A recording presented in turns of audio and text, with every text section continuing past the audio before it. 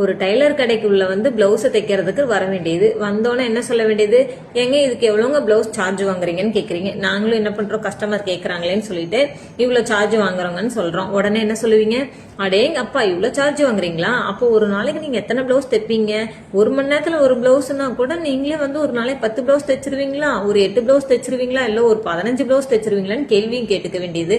நாங்க அதுக்கு பதிலையும் சொல்லல அப்படின்னா உடனே சொல்ல வேண்டியது, ஒரு நாளைக்கு நீங்க அப்போ ஒரு 5 பிளவுஸ் 10 பிளவுஸ் தைச்சாலே உங்களுக்கு இவ்வளவு அமௌண்ட் வந்துருமே. அதனாலதான் எல்லாருமே மூளைக்கு டைலர் கடையும் மூளைக்கு வந்து டைலரிங் கோர்ஸ் எடுத்துட்டு இருக்காங்களோ அப்படின்னு வந்து நீங்களே பதில் பேச வேண்டியது. ஏன், உங்களுக்கும் தான் கண்ணு இருக்கு, காது இருக்கு, கை இருக்கு, கால் இருக்கு, வந்து உட்காந்து வேலை செய்யுங்க. யாரும் வேண்டான்னு சொன்னா, செய்ய முடியாத பாட்டுக்கு தானே நீங்க ஒரு டைலர் கடையை தேடி கொண்டு போய் பிளவுஸ் கொடுக்குறீங்க. அதுக்கு எதுக்கு வந்து ஒருத்தரோட உழைப்பை வந்து நீங்க இவ்வளவு எல்லாம் பேசுறீங்கன்னு எங்களுக்கும் ஒண்ணும் தெரியல. இப்படி வந்து எங்க கடையில தான் கேக்குறாங்களா இல்ல உங்க கடையிலயும் கேக்குறாங்களான்னு தெரியல. கீழே இருக்க கமெண்ட் பாக்ஸ்ல கமெண்ட் பண்ணுங்க. நெக்ஸ்ட் வீடியோல சந்திப்போம். தேங்க்யூ.